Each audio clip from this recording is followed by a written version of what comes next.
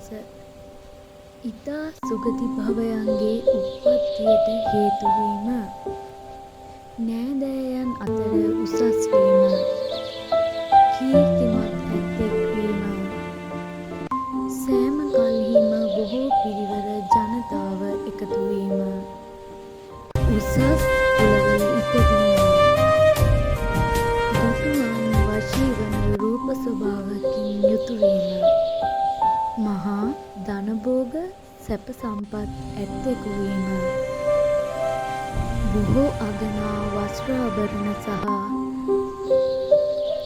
මිල මුදල් සැප සම්පත් ලැබීම. ඉතා අගනා සැප සම්පත් තමන් කැමති යාන වාහන තිබීම. බොහෝ රූමත් ස්ත්‍රී පුරුෂයන් දැසි දස්සන් ලැබීම. වචනය බොහෝ දෙනා ප්‍රියභාවයෙන් පිළිගැනීම. කාගේ ගෞරව ආදරයට පත්වීම. මුළු ලෝකයාගේ ගෞරව ආදරයට පත්වීම.